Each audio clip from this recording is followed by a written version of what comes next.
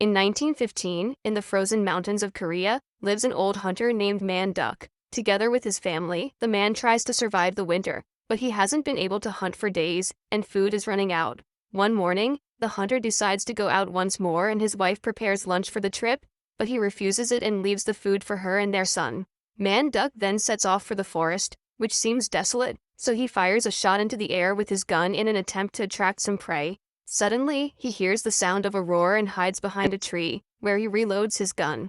The roar grows louder and louder, and the hunter goes to see what it is, only to come face to face with a huge Siberian tiger. The predator charges toward him, but Man Duck remains calm, and with his gun pointed, he pulls the trigger. 10 years later, the country finds itself under Japanese rule, with Governor Maizano controlling the southern region with an iron fist. Since his arrival, he has ordered his troops to hunt the tigers in the region as a way of imposing Japanese rule over Korea. However, he is more interested in a legendary Siberian tiger that inhabits Mount Jirisan and is known as the Lord of the Mountain. To bring the creature back, the governor sent one of his men, Major Ryu, but despite his efforts, he has never managed to capture it.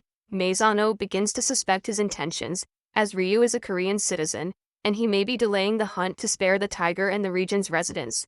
However, Ryu assures his loyalty to the Japanese high government and promises to bring the Siberian tiger as a trophy to the governor. He then goes to the Japanese military base, where he orders his men to call Man Duck, the most experienced hunter in Jirisan. However, the man is no longer the marksman he once was, having given up hunting and turned to drink. In addition, Man Duck suffers from a severe cough, his leg has been injured, and his hands are always shaking, which prevents him from using a gun.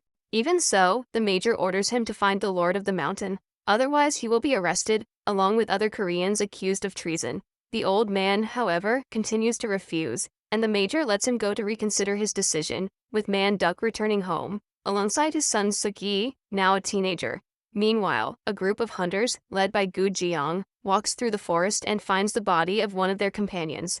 However, before losing his life, the man managed to capture a tigress and eliminate her cubs. Upon seeing the predator, Jiang points his gun and eliminates her, taking the body of the poor animal and her cubs to the Japanese military base.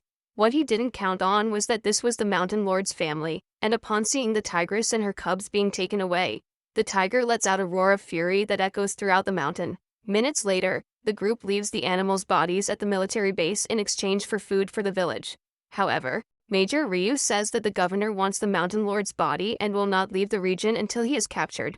The major then orders Jiang to go after Man Duck to convince him to join the hunt for the legendary tiger. The hunter thinks this is a bad idea, as Man Duck abandoned his weapon years ago, and insists that he will capture the Mountain Lord alone. Far away, Man Duck and Suk-yi gather some supplies and return home, but when night falls, the young man begins to feel ill. His father says he will go to the village market to buy medicine, which makes Suk-yi very excited. In fact, the young man was only pretending to be sick so he could go to the village and meet Yun, the young woman he is in love with. The next morning, Man Duck goes to buy some medicine from the merchant and learns about the tragic end of the Siberian tiger family. He regrets this incident, as tigers are sacred animals in Korean culture and are threatened with extinction due to Japanese rule. Despite this, the residents have no choice but to obey the orders of the governor, who has just arrived at the military base. There, he demands information from Major Ryu, who says he has sent a group of hunters to bring back the legendary tiger. According to rumors, the creature weighs almost 400 kilograms and was born with only one eye, but managed to survive in the mountains and became a protector of the region. This only makes the governor more interested in having this specimen in his collection, and he hopes to have good news soon about the hunt. Later, Jiang, along with his friend Chil-gu and the rest of the group, cross the forest and find a place where they can rest. Jiang then begins to set traps around the area and places the body of one of the cubs on the ground to attract the big tiger. Hours pass and the group waits in front of the fire when Jiang tells everyone to be quiet and says that the tiger has finally appeared. The group then runs to the trap site, but when they get there, they find that all the traps have been disarmed, and instead of the tiger, the nets have captured wolves from the area. In addition, the cub's body is missing, indicating that the Mountain Lord sabotaged the traps and left with the little tiger. After that, Jiang and the others take refuge in a hut, and despite his plan having failed, the hunter believes that the tiger's hiding place is nearby. Still, the group needs help tracking it down, so the hunter decides to go after Man Duck. Another day passes and the old hunter is at home with his son when he receives a visit from Jiang and his companions. Upon seeing Man Duck, they all greet him with respect, and Jiang asks to speak with him alone in his cabin. He then proposes a deal to split the payment for capturing the tiger if Man Duck helps them track down the Lord of the Mountain. However, the old hunter refuses and asks Jiang to do the same, as Koreans have already taken many lives under Japanese orders. However, Jiang asks Man Duck to reconsider his decision, as it was that tiger that eliminated his wife years ago. Upon hearing this, Man Duck loses his patience and orders everyone to leave his hut. The group then continues their journey, but Suk-yi is interested in following them, as capturing the tiger could earn him a lot of money. With that, he could ask for Yun's hand in marriage before she is promised to another villager. The young man then tries to talk to his father to change his mind, but Man Duck is lost in thought and remembers the day he faced the tiger. Years ago, on another excursion into the forest, Man Duck and a group of hunters went after the Lord of the Mountain. However, they only found Jiang with a wounded face, in addition to 2 other hunters eliminated by the tiger. Man Duck then runs through the forest in search of the animal, but when he hears a strange noise coming from afar, he aims his gun and shoots without hesitation. However, the hunter hears the sound of a roar coming from another direction and realizes that the tiger is behind him, watching him. Completely defenseless, Man Duck remains motionless, just waiting for the creature to attack, but the tiger simply turns around and walks away. Man Duck managed to survive, but to his horror, he discovers that the gunshot ended up hitting his own wife. Desperate, he tries to save her, but it is too late, and since then, he has carried the guilt for the loss of his wife and has never wielded his gun again. The next morning, father and son walk through the mountains and the young man insists that his father accept the hunter's deal. Man Duck continues to refuse, so Suk-yi suggests that he can go in his place, as he is already 16 years old and has the blood of a hunter running through his veins. However, Man Duck tells his son to give up on this plan, as everything he needs is on Mount Jirison. Upon hearing this, the young man rebels and accuses his father of trapping him in an isolated and meaningless life, instead of living in the city with other people. Man Duck is enraged by the young man's rebellion and slaps him, knocking his son to the ground. Suk-yi is hurt and says that his father refuses to be a hunter because of the guilt he feels over the loss of his wife. Contrary to what Man Duck thought, his son already knew the whole truth, and the young man leaves, determined to follow his own path away from his father. Feeling guilty for what he did to his son, Man Duck goes to his merchant friend and finds out about Suk-yi's intentions to get money to marry Yun. He then tries to talk to the girl's mother to convince her to let the two marry, but she has already made her decision and chosen another husband for her daughter. Meanwhile, Suk-yi goes to the Japanese army and talks to Major Ryu, asking for permission to join the Siberian tiger hunters. Seeing the young man's determination, Ryu allows him to become a hunter and gives him a rifle as a gift. In fact, the Major's intention is to take advantage of the young man's experience with Mount Jirison to find the tiger more easily. Finally, the hunters set off in search of their prey, but this time with Japanese soldiers at their side. Suk-yi also goes along, and upon seeing the young man, Chil-gu scolds Jiang for letting him come on such a dangerous hunt. The man says that everything is going according to plan, because with Suk-yi in the group, Man Duck will have no choice but to join the hunt. Meanwhile, the old hunter returns home, only to find that his son has not yet returned. Remembering the young man's determination to join the hunters, Man Duck fears the worst and runs desperately after his son. At that very moment, the young man walks through the forest, with the group splitting up to explore the area in search of the mountain lord. The first team places the body of the second cub in the field and waits for the tiger, with their weapons at the ready. The second team goes the other way, with the villagers banging pots to attract the attention of the huge tiger. Suddenly, a powerful roar is heard by everyone, but they cannot see the tiger anywhere. The sound intensifies behind a set of rocks, and then the Lord of the Mountain appears before everyone, in a size and strength never seen before. The legends have proven to be true, and the creature, which is blind in one eye, lets out another roar, causing fear in everyone around. The villagers try to fire their weapons, but the tiger is faster and charges at the group, eliminating everyone who crosses its path. Jiang and the others hear the sound of battle and rush to see what is happening, as does Man Duck, who hurries to find his son. The soldiers do their best to resist, but the tiger leaps between the trees with impressive speed and devours its opponents without mercy. Faced with the mountain lord's strength, Suk-yi is unable to react and hides behind a tree, completely motionless. Seconds later, the huge tiger appears next to the young man, but Suk-yi does not try to attack it and the creature leaves. However, one of the soldiers sees the tiger flee and rushes to pick up his revolver from the ground. However, when he pulls the trigger, the gun is unloaded, and the mountain lord takes the chance to attack once again. Seeing the tiger coming towards him, Suk-yi cocks his rifle, and even though he is scared, he pulls the trigger in the tiger's direction. Seconds later, Ji-young and the others arrive at the scene of the battle, only to find total chaos. The hunter realizes that he was lured away from his post by the tiger and orders Chil-gu and the others to retreat, as they're easy prey there. However, just as he is about to leave, Ji-young comes across Suk-yi, who is seriously injured from the tiger's attack. The hunter asks the young man to hold on, as he will go out to get help. Ji-young then leaves to call the group back, but he sees the trail of blood in the snow and realizes it belongs to the tiger. It seems that Suk-yi managed to hit it with his shot, and for the first time, the mountain lord was wounded in combat. Ji-young believes that the tiger is nearby and can finally capture it, but Chil-gu remembers that Suk-yi was with the rest of the group and asks where the young man is. However, Ji-young will not give up his hunt and lies to his friend, saying he does not know where the young man is. Even so, Chil-gu and the others set out to find him, and arriving at the battlefield, they see a pack of wolves devouring the bodies of the soldiers. The hunters chase the wolves away and go looking for Suk-yi, but all they find is his rifle lying on the ground. It is then revealed that the young man has been taken by the wolves to their den, where the leader of the pack awaits his prey. At the same time, Chil-gu and the hunters continue to search for the young man, but Ji-young says it is useless, as he must have already been taken by the wolves. Chil-gu is upset by his companion's coldness, as he agreed to take the young man on the hunt, even knowing the dangers.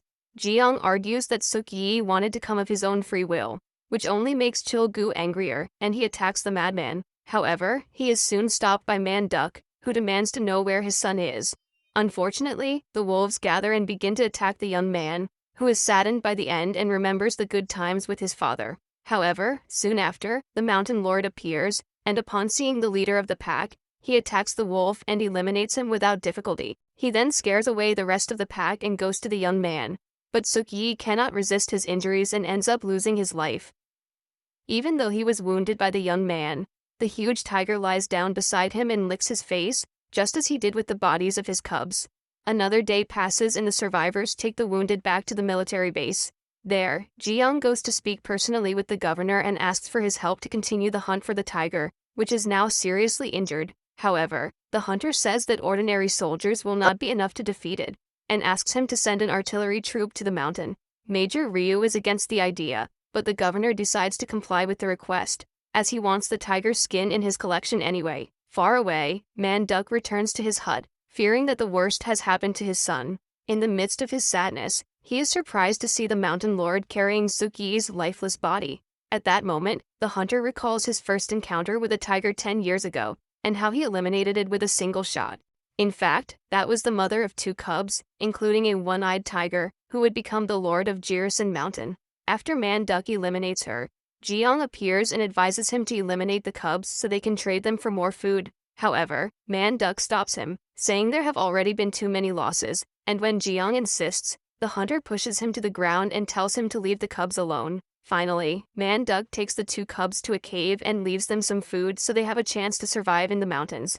Days later, the hunter goes to the cave to see how the cubs are doing, but one of them has died, and the blind tiger has left. After this memory, Man-duck realizes that the tiger still remembers him, and after leaving Suk-yi's body, he leaves for the forest.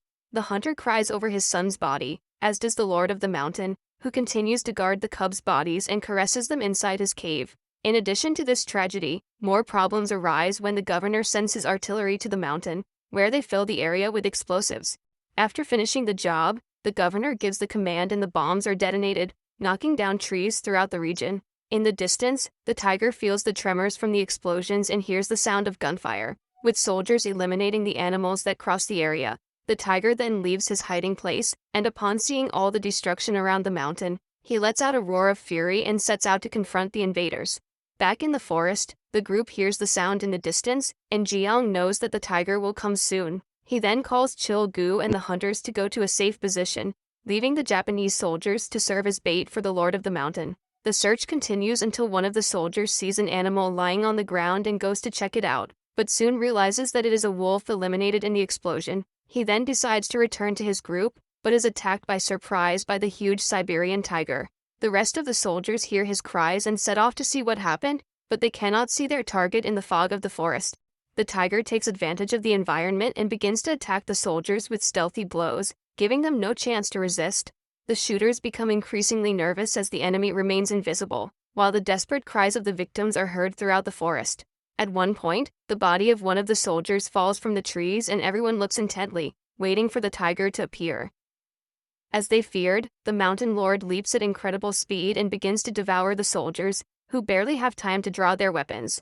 Despite his agility, the soldiers recover, and as soon as they spot the enemy, they take up firing positions and unload their weapons at the tiger. Even though he is hit by bullets, the mountain lord remains standing and launches a new attack, destroying his opponents with his claws and fangs. Amidst the fierce attack, Jiang watches everything from afar and finally sees his great enemy before his eyes. As soon as the tiger eliminates the rest of the soldiers, Jiang aims his gun and pulls the trigger, hitting the tiger directly in its blind eye. With this serious injury, the huge predator begins to stagger and its body begins to lose a lot of blood. The hunters then use restraints to restrain the animal, but Jiang orders everyone to lower their weapons, as he intends to finish off the tiger alone. Finally, the hunter stands face to face with the creature and prepares to deliver the coup de grace. However, the lord of the mountain is not yet ready to surrender, and with his last ounce of strength, he attacks the hunter with his claws. Jiang is seriously injured, but still tries to grab his gun to take one last shot at the tiger. However, the huge predator traps his arm with its claws and begins to devour the hunter, throwing him towards the trees. Chil Gu rushes to help his companion, but his body is destroyed and he asks his friend to flee. Jiang says he is satisfied, as the fate of every hunter is to lose his life on his last hunt, and then bids farewell to his friend. With this latest loss, the battle has come to an end, but the war continues, and the governor orders the survivors to continue hunting the tiger. Major Ryu then goes to Chil Gu and orders him to bring Man Duck, as they need to capture the tiger at dawn. With no other choice, the hunter goes to look for Man Duck, who is in his cabin, finishing preparations to mourn Suki's body. At that moment, the old hunter hears a noise coming from the forest and goes to see what it is, when he finds the mountain lord lying on the ground, wounded. Despite everything that has happened between them, Man Duck does not try to attack the tiger and lets it go, promising that the two will meet again very soon. The old hunter then takes his old rifle and sets fire to his cabin, along with Suki's body. After that, he sets out to climb Mount Jirisan to settle the score with the tiger once and for all. Besides him, the Japanese army also begins climbing the mountain, while Chil Gu goes after Man Duck. However, upon arriving at the site, he finds the cabin burned down and suspects that the old hunter went after the Siberian tiger. His suspicions are confirmed when Man Duck reaches the top of Mount Jirisan after a long and difficult climb. Shortly thereafter, he encounters the lord of the mountain and, as a sign of respect, bows and challenges him to a final confrontation. Just as Man Duck lost his wife and son, the tiger had his entire family wiped out at the hands of the hunter, his people, and the Japanese army.